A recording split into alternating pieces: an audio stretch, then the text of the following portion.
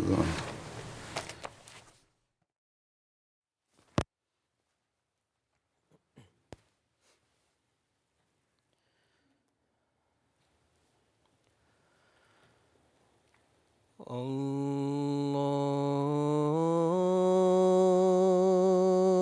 أكبر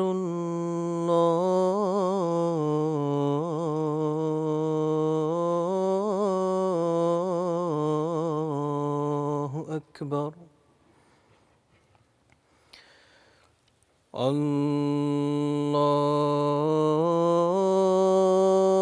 الله أكبر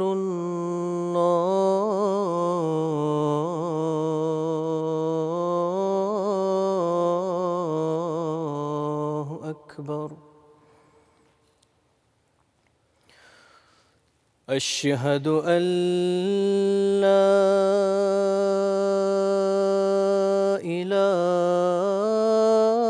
إله إلا الله أشهد أن لا إله إلا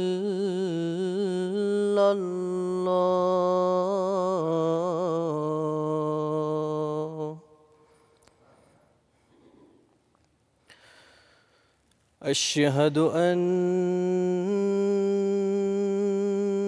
محمدًا رسول الله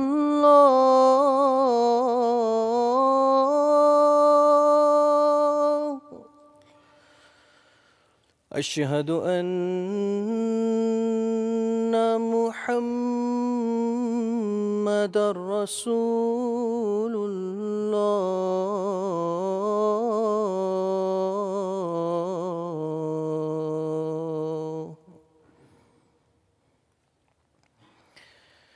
حي على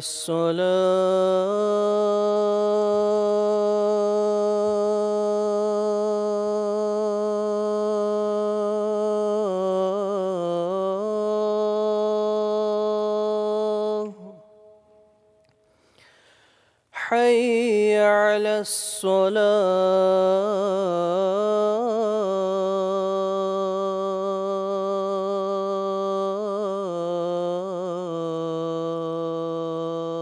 الصلاة حي على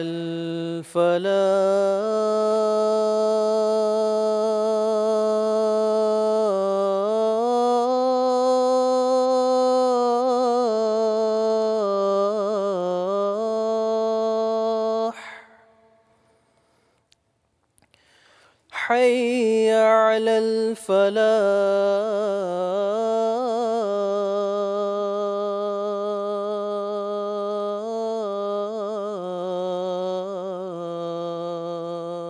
الفلاح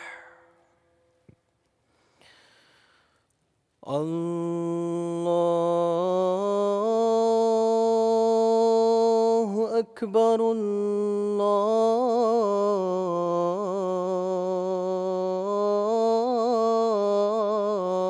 الله أكبر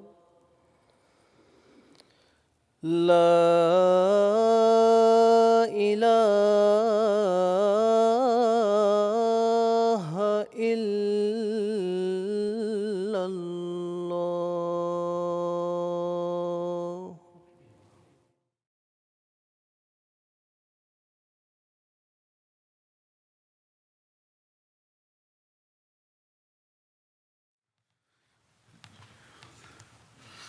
السلام علیکم ورحمۃ اللہ.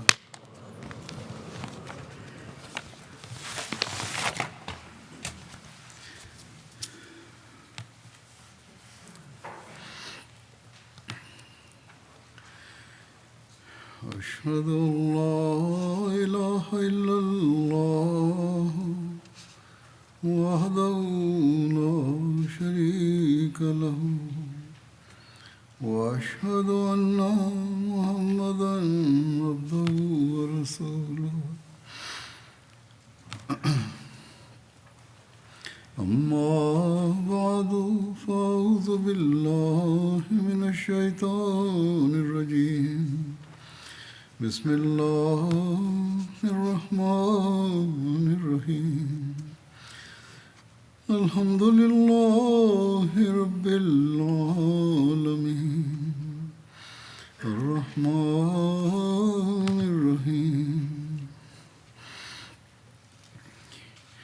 مالك يوم الدين إياك نعبد وإياك نستعين اهدنا الصراط المستقيم صراط الذين أنعمت عليهم غير المغضوب عليهم ولا الضالين.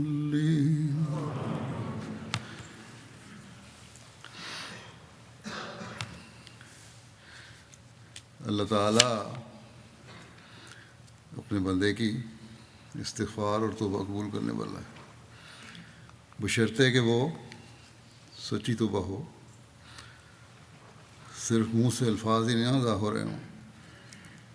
قرآن کریم میں اس بات کو مختلف جگہ اللہ تعالیٰ نے ذکر فرمایا ہے کہ سچی توبہ کرنے والوں کو مال اور اولاد سے نوازتا ہے، عذاب الہی سے بچنے کی ایک ذریعہ ہے۔ استغفار کرنے والا اللہ تعالیٰ کی رحمت جذب کرنے والا بنتا ہے۔ ایک جگہ اللہ تعالیٰ نے استغفار کرنے والوں کو خوشخبری دیتے ہوئے فرمایا کہ لَوَجَدُ اللَّهَ تَوَّابًا رَحِيمًا، لَوَجَدُ اللَّهَ تَوَّابًا رَحِيمًا، وہ ضرور اللہ کو بہت توبہ قبول کرنے والا اور بار بار رحم کرنے والا پاتے ہیں۔ لیکن شرط یہی ہے کہ حقیقی استغفار ہو، سچی توبہ ہو۔ ایک حدیث میں آتا ہے، حضرت انس رضی اللہ عنہ سے روایت ہے، بیان کرتے ہیں کہ میں نے حضرت صلی اللہ علیہ وسلم کو یہ فرماتے ہوئے سنا کہ گناہ سے سچی توبہ کرنے والا ایسا ہی ہے جیسے اس نے کوئی گناہ کیا ہی نہیں۔ جب اللہ تعالیٰ کسی انسان سے محبت کرتا ہے تو گناہ اسے کوئی نقصان نہیں پہنچا سکتا، یعنی گناہ کے محرکات اسے بدی کی طرف مائل نہیں کر سکتے، اور بدی کے نتائج سے اللہ تعالیٰ اسے محفوظ رکھتا ہے۔ پھر حضور صلی اللہ علیہ وسلم نے یہ آیت پڑھی کہ ان اللہ یحب التوابین و یحب المتطہرین، اللہ تعالیٰ توبہ کرنے والوں اور پاکیزگی اختیار کرنے والوں سے محبت کرتا ہے۔ عرض کیا گیا یا رسول اللہ صلی اللہ علیہ وسلم، توبہ کی علامت کیا ہے؟ کتنا پتہ لگے کہ صحیح توبہ ہے؟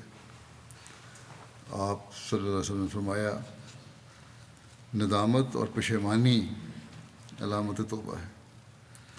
بس حقیقی توبہ کرنے والا جہاں گناہوں سے پاک ہوتا ہے، حقیقی پشیمانی اور ندامت دکھا کر، وہاں اسے اللہ تعالیٰ کی محبت بھی ملتی ہے، بار بار اللہ تعالیٰ کے رحم سے حصہ پاتا ہے۔ حضرت مسیح علیہ السلام نے ایک جگہ سچی توبہ کرنے کی شرائط کا ذکر فرمایا ہے۔ پہلی شرط یہ فرمائی کہ خیالات فاسدہ اور تصورات بد کو چھوڑ دے۔ بس جو خیالات بد لذات کی وجہ سمجھے جا سکتے ہیں، ان کو مکمل طور پر ترک کرے۔ یہ بہت بڑا جہاد ہے جو انسان کو کرنا چاہیے، تبھی توبہ کی طرف قدم اٹھے گا۔ دوسری شرط یہ ہے کہ حقیقی ندامت اور پشیمانی ظاہر کرے، یہ سوچے کہ یہ لذات اور دنیاوی حظ عارضی چیزیں اور ہر روز اس میں کمی ہوتی جاتی ہے، انسان کی عمر کے ساتھ ساتھ، تو پھر اس کے ساتھ کیوں انسان چمٹا رہے؟ بس خوش قسمت ہے وہ جو اس حقیقت کو سمجھ لے اور توبہ کرے، حقیقی پشیمانی کا اظہار کرے۔ یہ حقیقی پشیمانی ہے جس کا حضرت صلی اللہ علیہ وسلم نے ارشاد فرمایا ہے۔ اور تیسری شرط یہ ہے کہ پکا ارادہ کرے کہ ان برائیوں کے قریب بھی نہیں جائے گا،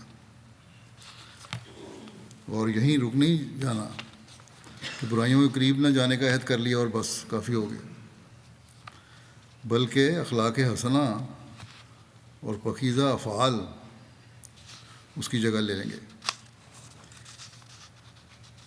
یہ ہے حقیقی توبہ، اور یہ ہے حقیقی پشیمانی، اور یہ وہ حالت ہے جب یہ حاصل ہو جائے تو خدا تعالیٰ پھر اپنے ایسے بندوں سے محبت کرتا ہے۔ حضرت مسیح علیہ والسلام استغفار اور توبہ کی طرف ہمیں بار بار توجہ دلاتے ہیں۔ انسان غلطیاں کرتا ہے، اور جب یہ غلطیاں بار بار دہرائی جائیں تو پھر ایک کے بعد دوسرے گناہ میں مبتلا کرتی چلی جاتی ہیں۔ اس لیے ہر وقت اللہ تعالیٰ سے استغفار کرتے ہوئے، اللہ تعالیٰ کے حضور جھکتے ہوئے اپنے دلوں کو ہمیں پاک کرنے کی کوشش کرنی چاہیے، اور ہمیشہ اس فکر میں رہنا چاہیے کہ کبھی حقوق اللہ اور حقوق العباد ضائع نہ ہو۔ جیسا کہ میں نے کہا، حضرت مسیح علیہ السلام نے جماعت کو استغفار اور توبہ کی طرف بار بار توجہ دلائی۔ آپ کو اتنی فکر تھی کہ کوئی موقع ایسا نہیں آیا جب آپ نے جماعت کو اس توجہ نہ دلائی ہو۔ اپنی مجالس میں، اپنی تحریرات میں بار بار توجہ دلائی۔ بس ہمارے لیے یہ بہت ضروری ہے کہ اللہ تعالیٰ اور اس کے رسول کے احکام اور ارشادات کی روشنی میں بیان کردہ حضرت مسیح علیہ والسلام کے ارشادات کو ہمیشہ سامنے رکھ کر ان پر عمل کرنے کی کوشش کریں، تاکہ حق کے بیعت ادا کرنے والے بھی بنیں۔ اگر ہم اپنے اندر پاک تبدیلی پیدا نہ کریں اور حقیقی توبہ اور استغفار کی توجہ نہ دیں تو ہمارا اپنی اصلاح کا عہد کرنا ہمیں کچھ فائدہ نہیں دے سکتا۔ حضرت مسیح علیہ السلام نے بہت جگہ توبہ کے بارے میں بیان فرمایا۔ بعض اقتباسات پیش کرتا ہوں۔ استغفار کا فائدہ کیا ہے، یہ بیان فرماتے ہوئے آپ فرماتے ہیں کہ وَأَنِ اسْتَغْفِرُوا رَبَّكُمْ ثُمَّ تُوبُوا إِلَيْهِ۔ یاد رکھو کہ یہ دو چیزیں اس امت کو عطا فرمائی گئی ہیں، ایک قوت حاصل کرنے کے واسطے، دوسری حاصل کردہ قوت کو عملی طور پر دکھانے کے لیے۔ قوت حاصل کرنے کے واسطے استغفار ہے، جس کو دوسرے لفظوں میں استمداد اور استعانت بھی کہتے ہیں، مدد مانگنا اللہ تعالیٰ سے۔ صوفیوں نے لکھا ہے کہ جیسے ورزش کرنے سے مثلاً مقدروں اور مغریوں کے اٹھانے اور پھیرنے سے جسمانی قوت اور طاقت بڑھتی ہے، ویٹ لفٹنگ کرنے والے ہیں، ویٹ اٹھانے والے ہیں، ڈمبل اٹھانے والے ہیں، مختلف قسم کی ورزشیں کرنے والے ہیں، جس طرح ان کے ورزش کرنے سے جسمانی طاقت بڑھتی ہے، اسی طرح پر روحانی مقدر استغفار ہے۔ اس کے ساتھ روح کو ایک قوت ملتی ہے اور دل میں استقامت پیدا ہوتی ہے۔ جسے قوت لینی مطلوب ہو وہ استغفار کرے۔ طاقت حاصل کرنی ہے، استغفار کرو۔ غفر ڈھانکنے اور دبانے کو کہتے ہیں۔ استغفار سے انسان ان جذبات اور خیالات کو ڈھانپنے اور دبانے کی کوشش کرتا ہے جو خدا تعالیٰ سے روکتے ہیں۔ پس استغفار کے یہی معنی ہیں کہ زہریلے مواد جو حملہ کر کے انسان کو ہلاک کرنا چاہتے ہیں ان پر غالب آوے، اور خدا تعالیٰ کے احکام کی بجاوری کی راہ کی روکوں سے بچ کر انہیں عملی رنگ میں دکھائے۔ یہ بات بھی یاد رکھنی چاہیے کہ اللہ تعالیٰ نے انسان میں دو قسم کے مادے رکھے ہیں، ایک سمی مادہ یعنی زہریلا مادہ جس کا موکل شیطان ہے، اور دوسرا تریاکی مادہ ہے۔ جب انسان تکبر کرتا ہے اور اپنے تئیں کچھ سمجھتا ہے اور تریاکی چشمے سے مدد نہیں لیتا تو سمی قوت غالب آ جاتی ہے، زہریلا مادہ غالب آ جاتا ہے۔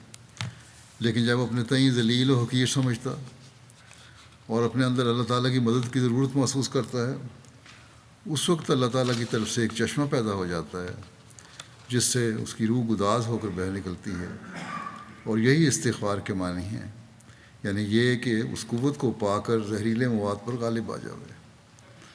حقیقی استغفار یہ غرض اس کے معنی یہ ہیں کہ عبادت پر یوں قائم رہو، اول رسول کی اطاعت کرو، دوسرے ہر وقت خدا سے مدد چاہو۔ ہاں، پہلے اپنے رب سے مدد چاہو۔ جب قوت مل گئی تو توبوا الیہ یعنی خدا کی طرف رجوع کرو۔ اللہ کی مدد چاہنے کے لیے بھی اس سے دعا کرنی پڑے گی۔ پھر آپ فرماتے ہیں کہ ظاہر ہے کہ انسان اپنی فطرت میں نہایت کمزور ہے، اور خدا تعالیٰ کے سدھا احکام کا اس پر بوجھ ڈالا گیا ہے۔ انسان کمزور ہے، لیکن اللہ تعالیٰ نے بہت سے احکام دیے ہیں، بس اس کی فطرت میں یہ داخل ہے کہ اپنی کمزوری کی وجہ سے بعض احکام کے ادا کرنے سے قاصر رہ سکتا ہے۔ قدرتی بات ہے، اتنے احکام ہیں، ہو سکتا ہے کہ نہ ادا کر سکے سارے احکام، اور کبھی نفس امارہ کی بعض خواہشیں اس پر غالب آ جاتی ہیں۔ بس وہ اپنی کمزوری فطرت کی روح سے حق رکھتا ہے کہ کسی لغزش کے وقت اگر وہ توبہ اور استغفار کرے تو خدا کی رحمت اس کو ہلاک ہونے سے بچا لے۔ حقیقی توبہ ہو، یہ کمزوری انسان کی جو فطرت میں رکھی گئی ہے اس کی وجہ سے اس کا حق بنتا ہے کہ اللہ تعالیٰ پھر اس کی حقیقی توبہ کو قبول کرے اور اسے بچا لے۔ اس لیے یہ یقینی امر ہے کہ اگر خدا توبہ کرنے والا نہ ہوتا تو انسان پر یہ بوجھ سدھا احکام کا ہرگز نہ ڈالا جاتا۔ اس سے بلا شبہ ثابت ہوتا ہے کہ خدا تواب اور غفور ہے، اور توبہ کے یہ معنی ہیں کہ انسان ایک بدی کو اس اقرار کے ساتھ چھوڑ دے کہ بعد اس کے اگر وہ آگ میں بھی ڈالا جائے تب بھی وہ بدی ہرگز نہیں کرے گا۔ بس یہ شرط ہے، ایسی توبہ ہونی چاہیے۔ بس جب انسان اس صدق اور عزم محکم کے ساتھ خدا تعالیٰ کی طرف رجوع کرتا ہے تو خدا اپنی ذات میں کریم و رحیم ہے، وہ اس گناہ کی سزا معاف کر دیتا ہے، اور یہ خدا کی اعلیٰ صفات میں سے ہے کہ توبہ قبول کر کے ہلاکت سے بچا لیتا ہے۔ اور اگر انسان کو توبہ قبول کرنے کی امید نہ ہو تو پھر وہ گناہ سے باز نہیں آئے گا۔ اگر امید ہی نہیں کہ توبہ قبول ہونی ہے تو پھر گناہ کرتا چلا جائے گا۔ وہ بہت سارے لوگ سوال کرتے ہیں کیا فائدہ جب انجام ہی ایسا ہونا ہے؟ نہیں، انجام کے وقت سے پہلے اگر توبہ کر لو تو اللہ تعالیٰ بچا لیتا ہے۔ فرمایا کہ عیسائی مذہب بھی توبہ قبول کرنے کا قائل ہے، مگر اس شرط سے کہ توبہ قبول کرنے والا عیسائی ہو۔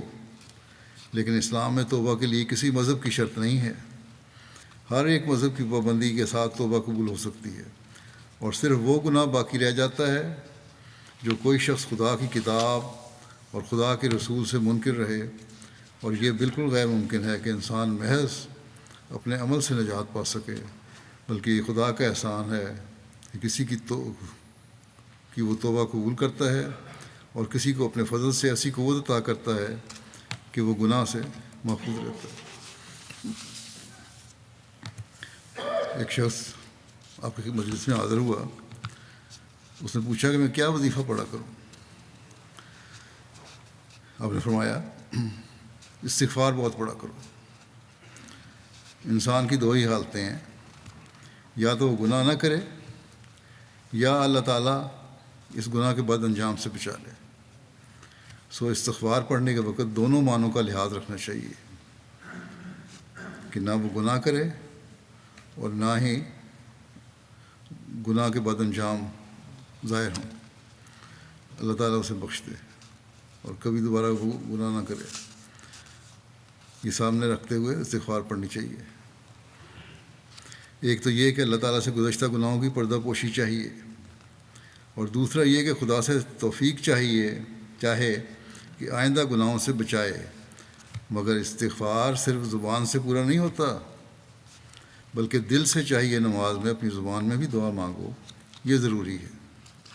اب منہ سے صرف استغفار کر دینا یا لکھ دینا کہ استغفر اللہ ربی، اب آئندہ نہیں غلطیاں ہوں گی، اس سے کچھ فائدہ نہیں، جب تک یہ ثابت کرنے کی کوشش نہ ہو کہ ان غلطیوں کی طرف دوبارہ کبھی نہیں جائے گا انسان جو سرزد ہو چکی ہیں۔ استغفار کے معنی سمجھاتے ہوئے ایک موقع پر آپ نے فرمایا استغفار کے یہی معنی ہیں کہ ظاہر میں کوئی گناہ سرزد نہ ہو اور گناہوں کے کرنے والی قوت ظہور میں نہ آئے۔ انبیاء کے استغفار کی بھی یہی حقیقت ہے کہ وہ ہوتے تو معصوم ہیں، مگر وہ استغفار اس واسطے کرتے ہیں کہ تا آئندہ وہ قوت ظہور میں نہ آوے۔ اور عوام کے واسطے استغفار کے دوسرے معنی بھی لیے جائیں گے کہ جو جرائم اور گناہ ہو گئے ہیں ان کے بد نتائج سے خدا بچائے رکھے اور ان گناہوں کو معاف کر دے اور ساتھ ہی آئندہ گناہوں سے محفوظ رکھے۔ فرمایا بہرحال یہ انسان کے لیے لازمی امر ہے، وہ استغفار میں ہمیشہ مشغول رہے۔ فرمایا یہ جو بلائیں نازل ہوتی ہیں وہ قحط کی صورت میں یا کسی اور صورت میں، ان کا مطلب یہی ہوتا ہے کہ لوگ استغفار میں مشغول ہو جائیں۔ آج کل دنیا میں جنگی حالات ہیں، ان حالات میں بھی بہت استغفار ہم احمدیوں کو بھی کرنی چاہیے، دنیا کو محفوظ رکھنے کے لیے، اپنے آپ کو محفوظ رکھنے کے لیے۔ فرمایا لیکن مگر استغفار کا یہ مطلب نہیں جو استغفر اللہ کہتے رہے۔ اصل میں غیر ملک کی زبان کے سبب لوگوں سے حقیقت چھپی رہی ہے۔ عرب کے لوگ تو ان باتوں کو خوب سمجھتے تھے، مگر ہمارے ملک میں غیر زبان کی وجہ سے بہت سی حقیقتیں مخفی رہی ہیں۔ بہت سے لوگ ہیں جو کہتے ہیں کہ ہم نے اتنی دفعہ استغفار کیا، 100 تسبیح یا 1000 تسبیح پڑھی، مگر جو استغفار کا مطلب اور معنی پوچھو تو بس کچھ نہیں ہے، ہکا بکا رہ جائیں گے۔ انسان کو چاہیے کہ حقیقی طور پر دل ہی دل میں معافی مانگتا رہے کہ وہ معاصی اور جرائم جو مجھ سے سرزد ہو چکے ہیں ان کی سزا نہ بھگتنی پڑے، اور آئندہ دل ہی دل میں ہر وقت خدا تعالیٰ سے مدد طلب کرتا رہے کہ آئندہ نیک کام کرنے کی توفیق دے اور معصیت سے بچائے رکھے۔ فرمایا خوب یاد رکھو کہ لفظوں سے کچھ کام نہیں بنے گا، اپنی زبان میں بھی استغفار ہو سکتا ہے کہ خدا تعالیٰ پچھلے گناہوں کو معاف کرے اور آئندہ گناہوں سے محفوظ رکھے اور نیکی کی توفیق دے، اور یہی حقیقی استغفار ہے۔ کوئی ضرورت نہیں کہ یوں ہی استغفر اللہ کہتا پھرے اور دل کو خبر تک نہ ہو۔ یاد رکھو خدا تک وہی بات پہنچتی ہے جو دل سے نکلتی ہے۔ اپنی زبان میں ہی خدا تعالیٰ سے دعائیں مانگنی چاہیے، اس سے دل پر بھی اثر ہوتا ہے۔ زبان تو صرف دل کی شہادت دیتی ہے، اگر دل میں جوش پیدا ہو اور زبان بھی ساتھ مل جائے تو اچھی بات ہے۔ بغیر دل کے صرف زبانی دعائیں ابس ہیں، فضول۔ ہاں دل کی دعائیں اصلی دعائیں ہوتی ہیں۔ جب قبل از وقت بلا انسان اپنے دل ہی دل میں خدا تعالیٰ سے دعائیں مانگتا رہتا ہے تو استغفار کرتا رہتا ہے، تو پھر خداوند رحیم و کریم ہے، وہ بلا ٹل جاتی ہے۔ لیکن جب بلا نازل ہو جاتی ہے پھر نہیں ٹلا کرتی۔ بلا کے نازل ہونے سے پہلے دعائیں کرتے رہنا چاہیے اور بہت استغفار کرنا چاہیے، اس طرح سے خدا بلا کے وقت محفوظ رکھتا ہے۔ ہماری جماعت کو چاہیے کہ کوئی امتیازی بات بھی دکھائے۔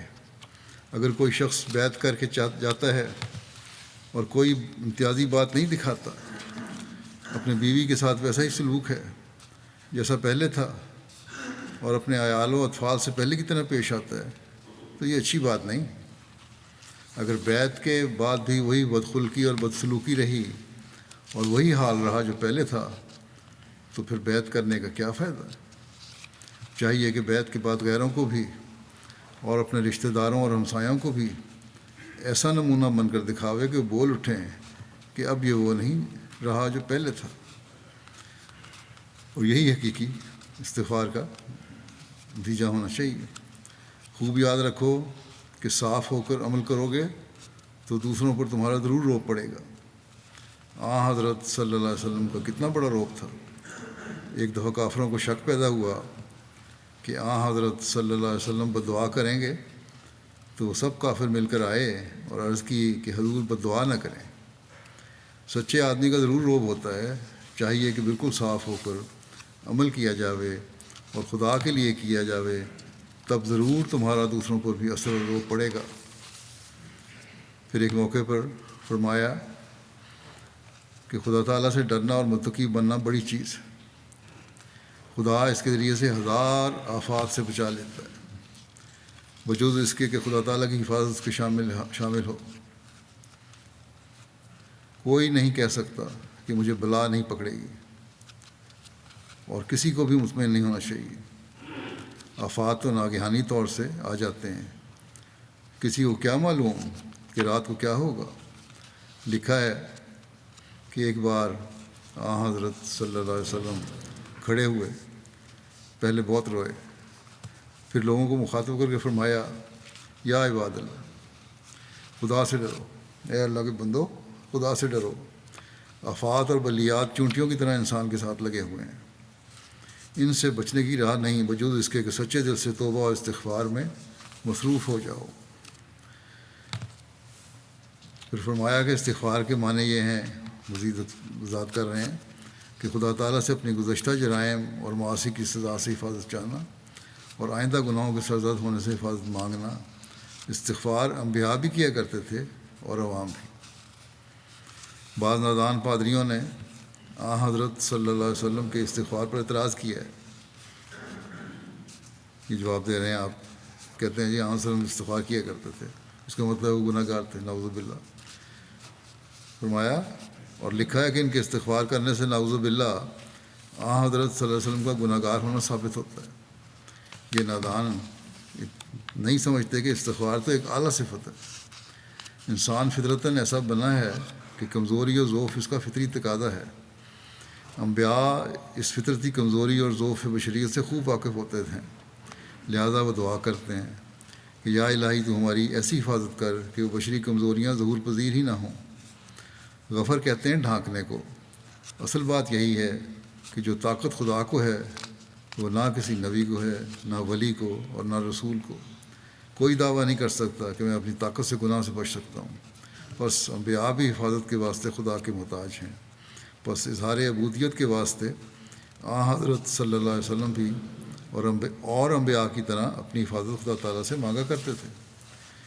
یہ لوگوں کا خیال غلط ہے، عیسائی کے لوگ جو کہتے ہیں نا کہ عیسیٰ علیہ السلام استغفار نہیں کرتے تھے۔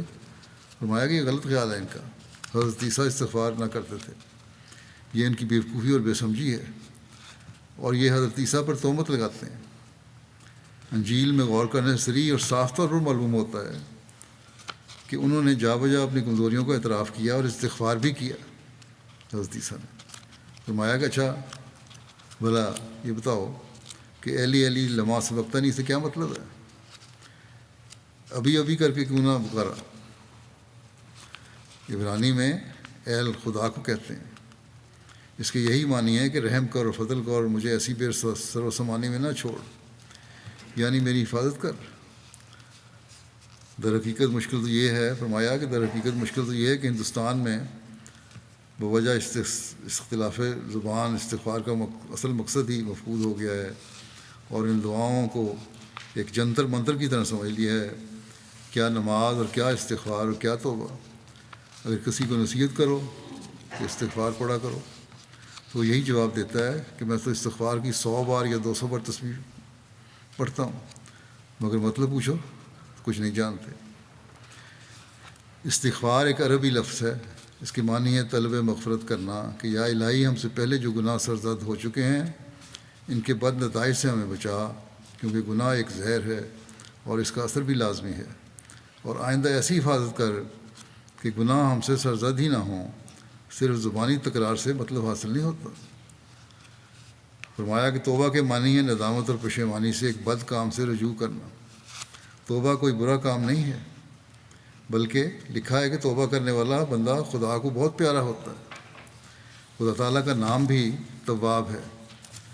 اس کا مطلب یہ ہے کہ جب انسان اپنے گناہوں اور افعال بد سے نادم ہو کر پشیمان ہوتا ہے اور آئندہ اس بد کام سے باز رہنے کا عہد کرتا ہے تو اللہ تعالیٰ بھی اس پر رجوع کرتا ہے رحمت سے۔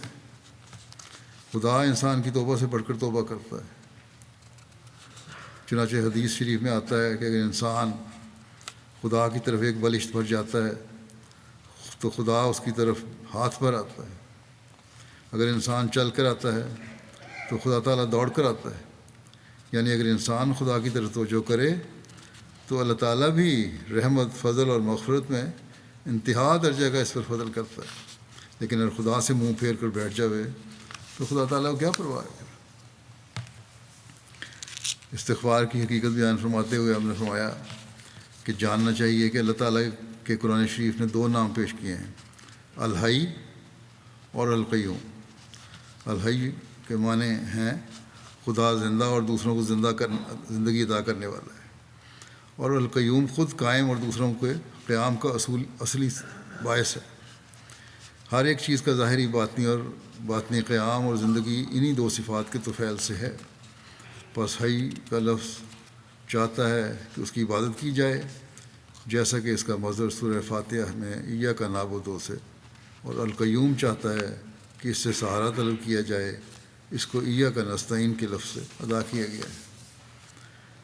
حی کا لفظ عبادت کو اس لیے چاہتا ہے کہ اس نے پیدا کیا اور پھر پیدا کر کے چھوڑ نہیں دیا، جیسے مثلا معمار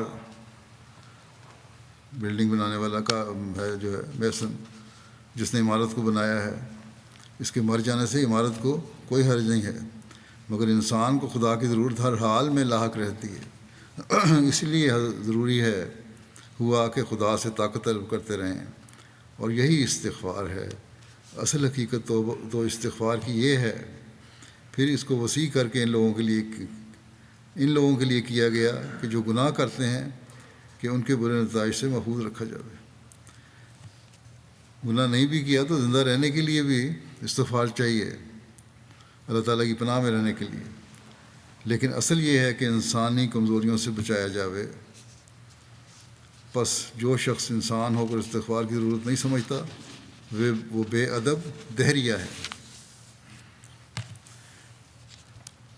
پھر ایک جگہ استغفار کی حقیقت کو یوں بیان فرمایا کہ گناہ ایک ایسا کیڑا ہے جو انسان کے خون میں ملا ہوا ہے، مگر اس کا علاج استغفار سے ہی ہو سکتا ہے۔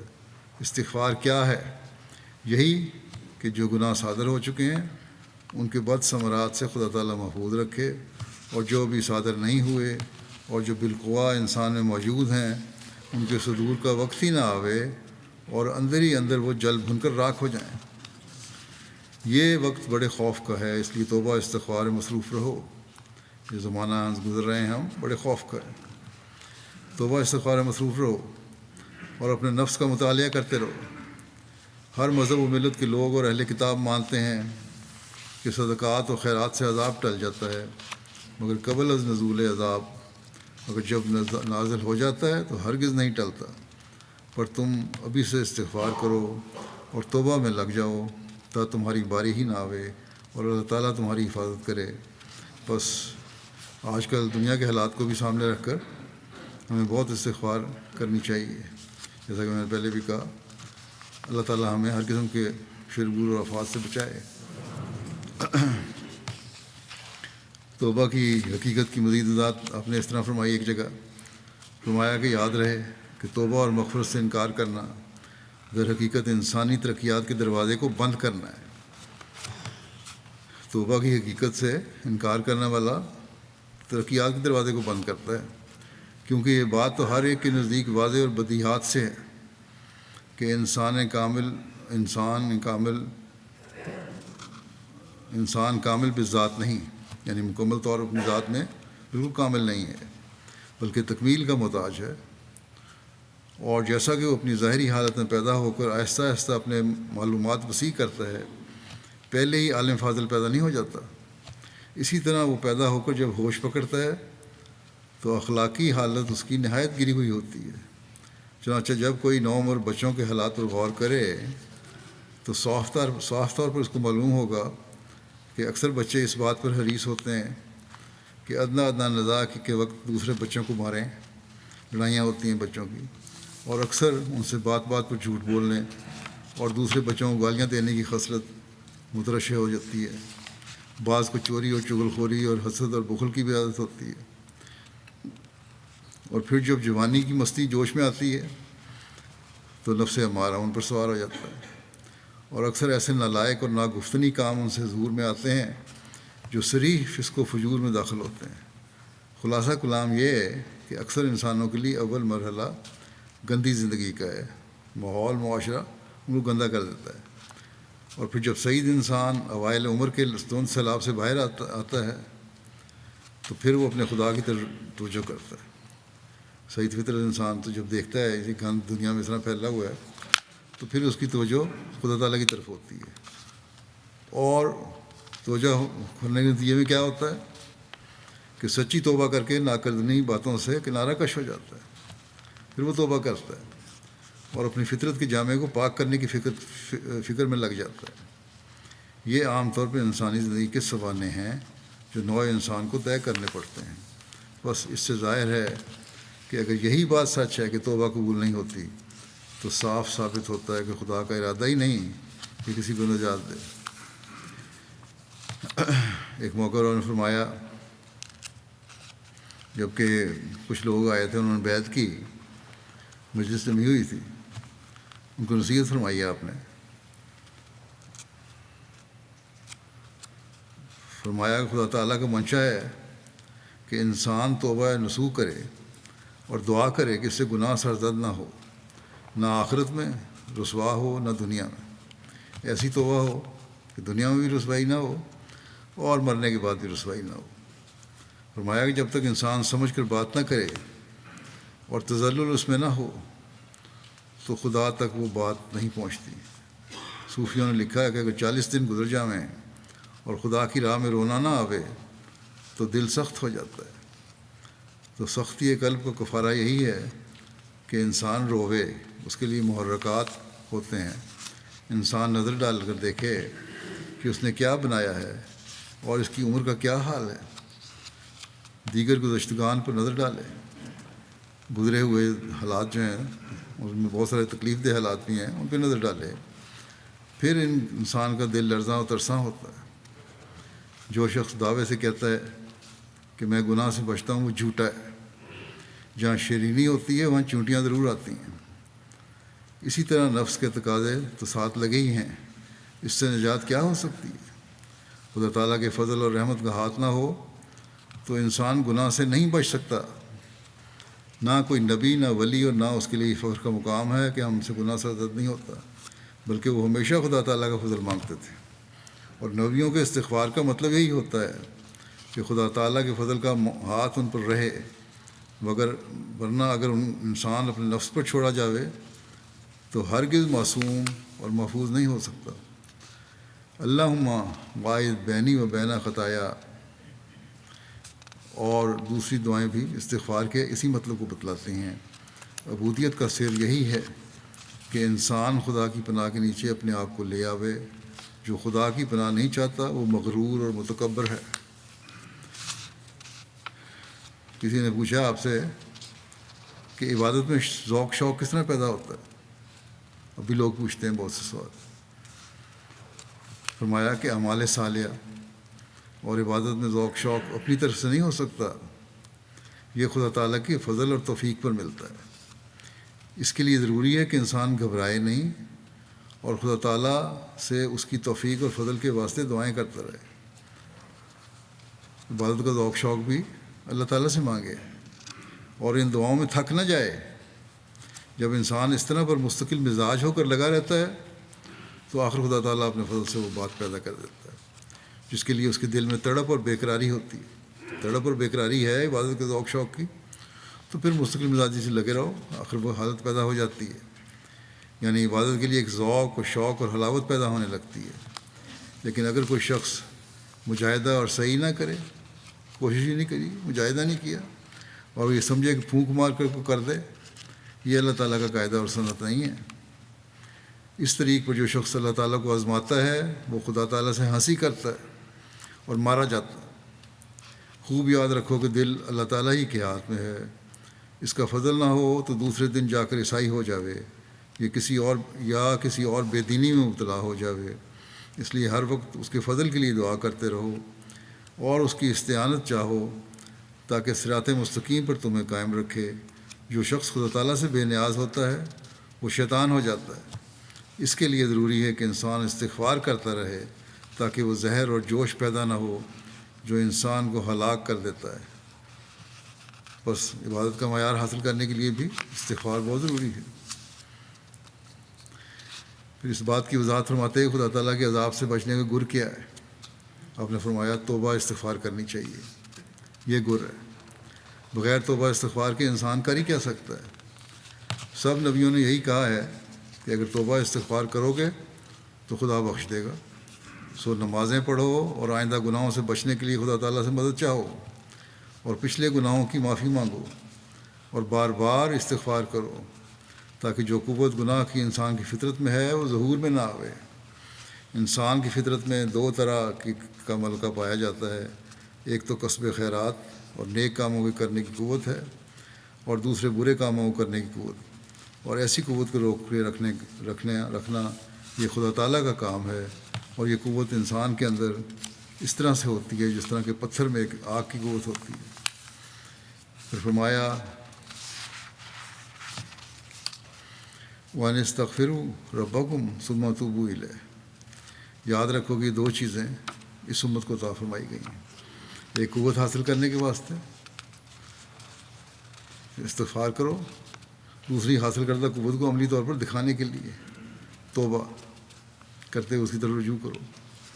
قوت حاصل کرنے کے والے استغفار ہے، اس کو دوسرے لفظوں میں استمداد اور استعانت بھی کہتے ہیں۔ صوفیوں نے لکھا ہے کہ جیسے ورزش کرنے سے، جس نے پہلے بیان ہوا تھا، مقدروں اور مغیوں کے اٹھانے اور پھیرنے سے جسمانی قوت اور طاقت بڑھتی ہے، اسی طرح پر روحانی مقدر استغفار ہے۔ اس کے ساتھ روح کو ایک قوت ملتی ہے اور دل میں استقامت پیدا ہوتی ہے۔ جسے قوت یعنی مطلوب ہو استغفار کرے۔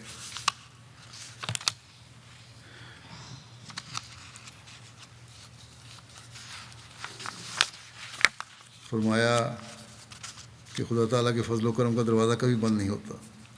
انسان اگر سچے دل سے اور اخلاص لے کر رجوع کرے تو وہ غفور رحیم ہے اور توبہ کو قبول کرنے والا ہے۔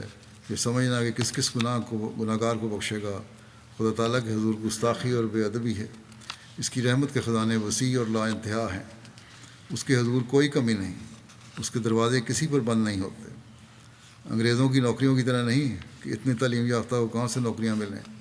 خدا کے حضور جس قدر پہنچیں گے وہ سب اعلیٰ مدارج پائیں گے۔ یہ یقینی وعدہ ہے۔ وہ انسان بڑا ہی بدقسمت اور بدبخت ہے جو خدا تعالیٰ سے مایوس ہو اور اس کی نزا کا وقت غفلت کی حالت میں اس پر آ جاوے۔ بے شک اس وقت دروازہ بند ہو جاتا ہے، اور جب آخر مرنے کے وقت آیا پھر کوئی نہیں۔ پھر فرمایا کہ واضح ہو کہ توبہ لغت عرب میں رجوع کرنے کو کہتے ہیں۔ اسی وجہ سے قرآن شریف میں خدا تعالیٰ کا نام بھی تواب ہے، یعنی بہت رجوع کرنے والا۔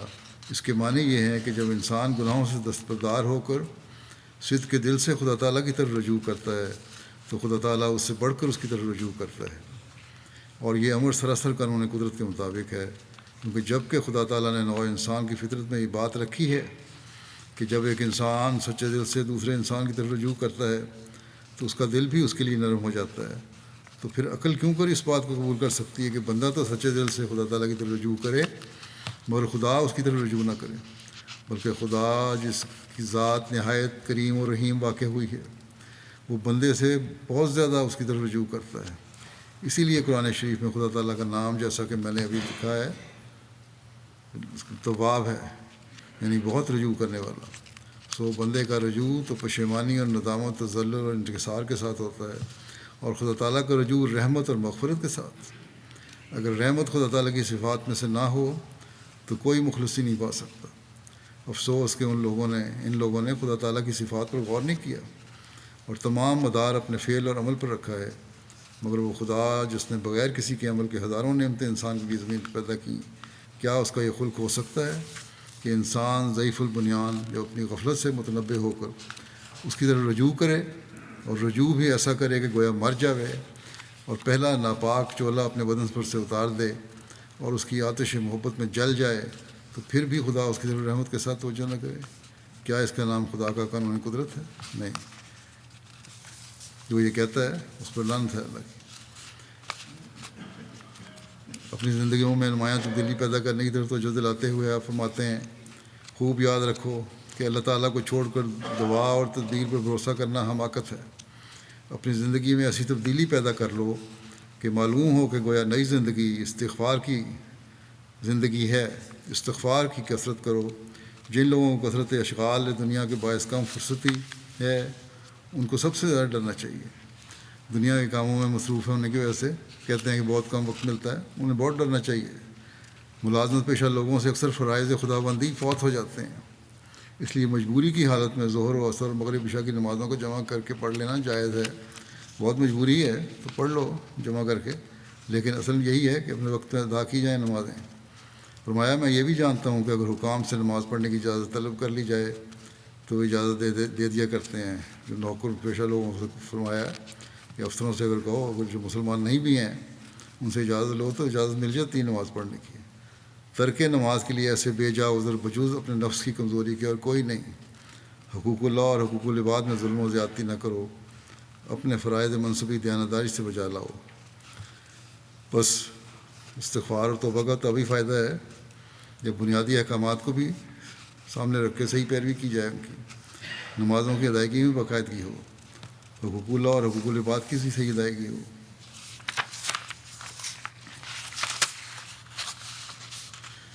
آپ نے فرمایا کہ پس اٹھو اور توبہ کرو اور اپنے مالک کو نیک کاموں سے راضی کرو.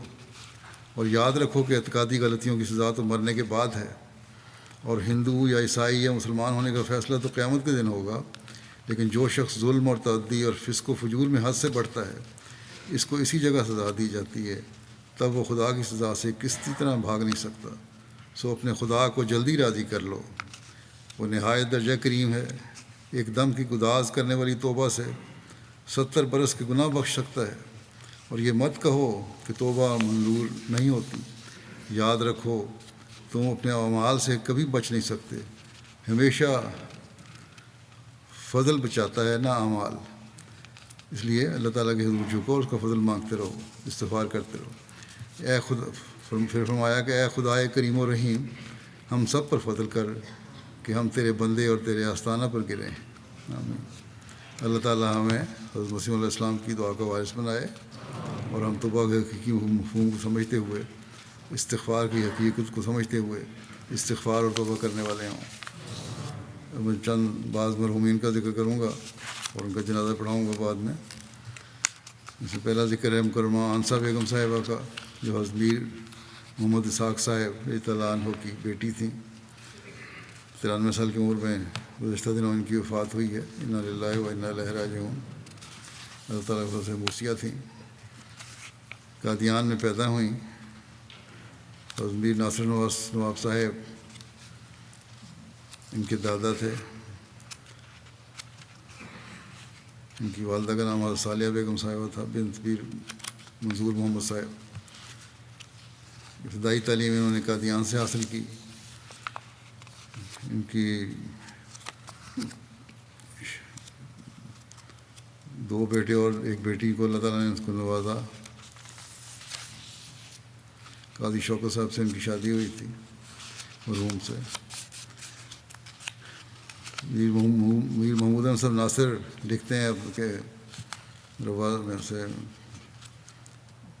کہ اپنی ہمشیرہ کے بارے میں کہ نہایت درجہ سادہ، بالکل بے ضرر بے شرر، شادی سے پہلے سارے خاندان کی خدمت کرنے والی ہماری بہن تھی. کہتے ہیں روا کے ابتدائی دنوں میں جب بجلی نہیں تھی، گرمی شدید پڑتی تھی، کچے مکانوں میں رہتے تھے اور کہتے ہیں ہم گرمی سے بچاؤ کے لیے ایک کمرے میں اکٹھے ہو جاتے تھے. وہاں ایک بڑا سارا جھالر والا پنکھا لگا ہوا تھا چھت پہ، جس کو رسی پکڑ کے ہلایا کرتے تھے اور یہ بغیر کسی کے کہے کہ ہمارے آرام کی خاطر باہر بیٹھ کے رسی ہلاتی رہتی تھیں تاکہ ہم آرام سے سوئے رہیں. سب کی خدمت کا بے لوث جذبہ تھا ان میں.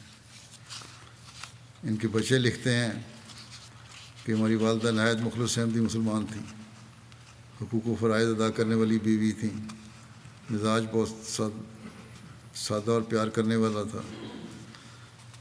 رسول اللہ صلی اللہ علیہ وسلم اور آپ کے خلفاء اور صحابہ کے نہایت اہم اور پرمغز واقعات بہت ہی سادہ انداز میں بیان کیا کرتی تھی۔ جماعت کی تاریخ، حضرت مسیح علیہ السلام اور آپ کے خلفاء اور صحابہ کے واقعات بھی نہایت آسانی سے بیان کیا کرتی تھیں۔ بچوں کو اور لوگوں کو عام طور پہ اس بات کی نصیحت کیا کرتی تھیں کہ ایمان پر قائم رہو اور پروکار زندگی بسر کرو۔ جماعتی کاموں میں بہت فعال رکن تھیں۔ سب سے بڑی خوبی آپ کی انسانیت کے لیے شفقت تھی۔ تبلیغ کا ہی بہت شوق تھا، یہاں تک کہ آپ ایئرپورٹ کے ٹرمینل پر ایئر لائن کے پائلٹ سمیت سب کو اسلام کی دعوت دیا کرتی تھی۔ آپ کے اخلاق میں خوبصورتی اور سادگی شامل تھی۔ تقریر بھی بہت عمدہ تھی۔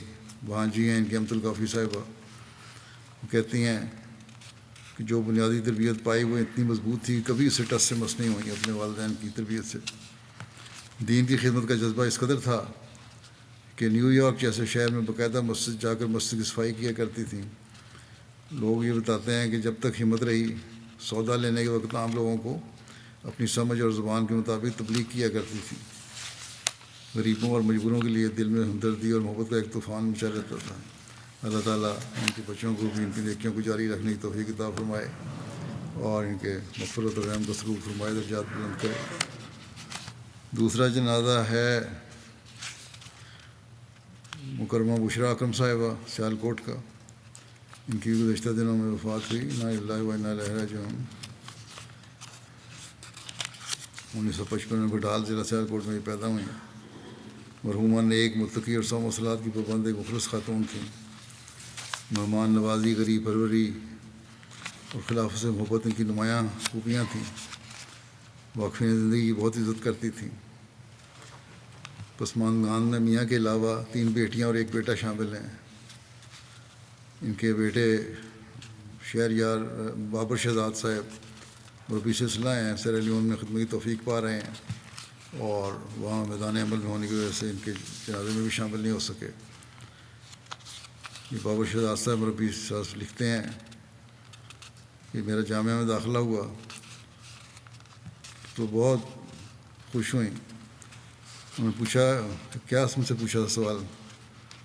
کہتے ہیں انہوں نے جامعہ میں یہ سوال کیا تھا کہ والدین کا کفیل کون ہوگا، تم اکیلے بیٹے ہو، اگر تم نے وقف کر دیا تو کہتے ہیں میں نے جو جواب دینا تھا دیا، لیکن والدہ نے یہ سن کے کہا کہ اگر میرے 7 بیٹے ہوتے تو میں سب کو وقف کر دیتی۔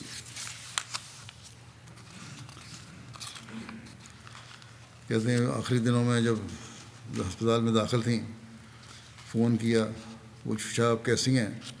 باوجود بڑی تکلیف کے انہوں نے یہی کہا کہ ٹھیک ہوں اور ڈاکٹر کی ہدایت مطابق سب کھا پی رہی ہوں، لیکن ساتھ یہ بھی کہا کہ اگر مجھے کچھ ہو گیا تو پریشان نہ ہونا اور ادھر ہی رہنا، افریقہ میں تم ہو وہیں رہنا، بچوں کو پریشان نہ کرنا، وقف زندگی ہو تم، اس لیے صبر کرنا۔ اور کہتے ہیں یہی میری والدہ کے آخری الفاظ تھے۔ غریبوں، ضرورت مندوں اور بیواؤں کا خیال رکھتیں اور ان کی مالی مدد کیا کرتی تھیں۔ جب بھی گندم یا چاول کی فصل آتی تو اس کو کئی حصوں میں تقسیم کرتی۔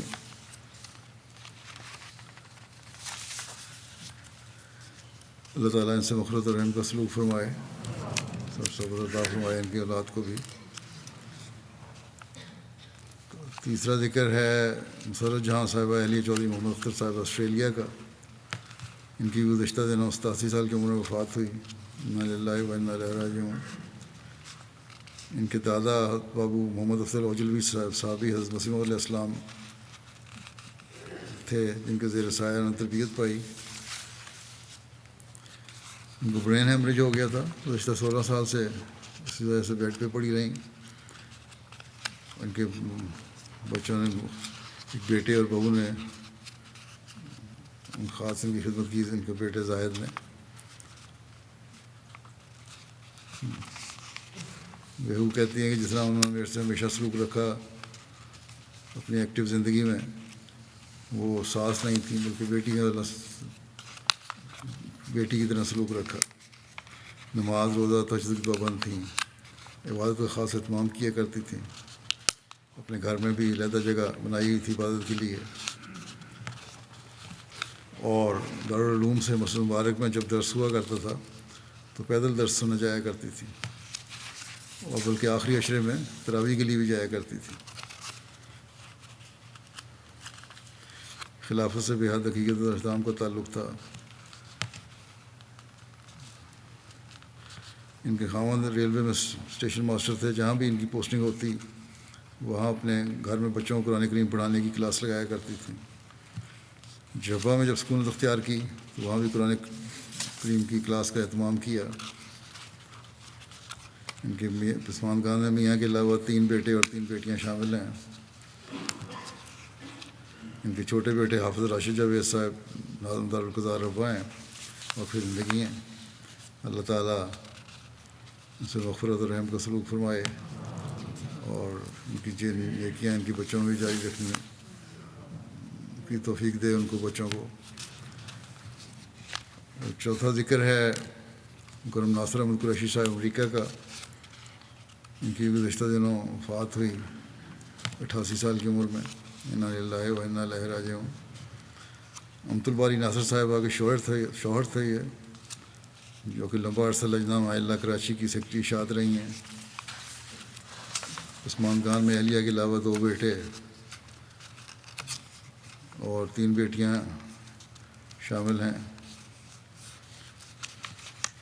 ان کا ایک نواسہ وقاص خورشید مربی ہے، اور ایک جامعہ کینیڈا میں پڑھ رہا ہے، پوتا ان کا۔ ان کے والد کا نام مکرم محمد شمس الدین بھاگلپوری صاحب تھا، اور ان کے خاندان میں احمدیت 1913 میں آئی، جب محترم مولوی عبد الماجد صاحب والد حضرت سیدہ سارہ بیگم صاحبہ حرم حضرت خلیفہ مسیح ثانی نے اس علاقے میں ایک جلسہ کیا اور صداقت مسیح موعود کے دلائل بیان کیے۔ ان کے والد صاحب بہت متاثر ہوئے، اسٹیج پر جا کر ملاقات کی، لٹریچر دیا گیا جسے پڑھ کر احمدیت کے لیے جوش پیدا ہوا، دعائیں کیں انہوں نے۔ اللہ تعالیٰ نے خواب میں حضرت اقدس کی شبیہ مبارک اور مبشر خوابیں دکھائیں۔ چنانچہ حضرت خلیفۃ مسیح اول رضی اللہ عنہ کو بیعت کا خط لکھ دیا، آپ کی بیعت کی۔ اس طرح بھاگلپور کے اولین احمدیوں میں شامل ہوئے۔ شدید مخالفت کی وجہ سے اپنے بیوی بچوں کے ساتھ ہجرت کر قادیان آ گئے، اور وہاں اخلاص و محبت میں ترقی کرتے چلے گئے۔ حضرت خلیفہ مسیح ثانی کے کار ڈرائیور کے طور پر بھی ان کو خدمت کی توفیق ملی۔ ناصر قریشی صاحب قادیان میں پیدا ہوئے تھے، پارٹیشن کے بعد کراچی میں رہائش اختیار کی، یہیں تعلیم پائی، بڑی محنت اور لگن سے نامساعد حالات کے باوجود پڑھتے رہے۔ BE الیکٹریکل انجینئرنگ کی، اور پھر اس کے بعد اپنے محکمہ ٹیلی فون میں ملازمت اختیار کی، جنرل مینیجر کے عہدے تک ترقی کی، اور ملازمت سے ریٹائر ہوئے تو بڑے محنتی اور ایماندار افسر کی شہرت کے ساتھ ریٹائرمنٹ حاصل کی۔ جماعت احمدیہ کراچی کے حلقہ ناظم آباد میں صدر حلقہ، اور جہاں بھی رہے ایک دوسری جگہ میں بھی صدر کے طور پر توفیق کی خدمت کی توفیق ملی۔ اللہ تعالیٰ ان سے مغفرت اور رحم کا سلوک فرمائے۔ ان کی اہلیہ امت الباری صاحبہ لکھتی ہیں کہ ہمیشہ ان کو میں نے صوم و صلات کا پابند پایا، مسجد میں دل لٹکا رہتا تھا، ذمہ دار شوہر، بچوں کی تعلیم و تربیت کا بہت خیال رکھنے والا پایا، ضرورت مندوں کی مدد کی توفیق ان کو ملتی تھی، خلافت سے والہانہ محبت کرنے والے تھے، صاف سیدھی سچی اور کھری بات کہتے تھے، اور خدا کے فضل سے موسی تھے۔ اللہ تعالیٰ ان کے بچوں کو بھی ان کی نیکیاں جاری رکھنے کی توفیق عطا فرمائے۔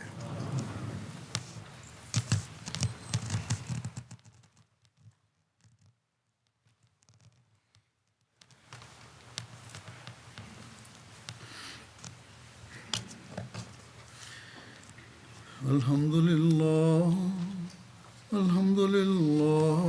نحمده ونستعينه ونستغفره ونؤمن به ونتوكل عليه ونعوذ بالله من شرور أنفسنا ومن سيئات أعمالنا من يهده الله فلا مضل له ومن يضلل فلا هادي له ونشهد أن لا إله إلا الله ونشهد أن محمدا عبده ورسوله عباد الله رحمكم الله إن الله يأمر بالعدل والإحسان وإيتاء ذي القربى وينهى عن الفحشاء والمنكر والبغي يعظكم لعلكم تذكرون اذكروا الله يذكركم وادعوه يستجب لكم ولذكر الله أكبر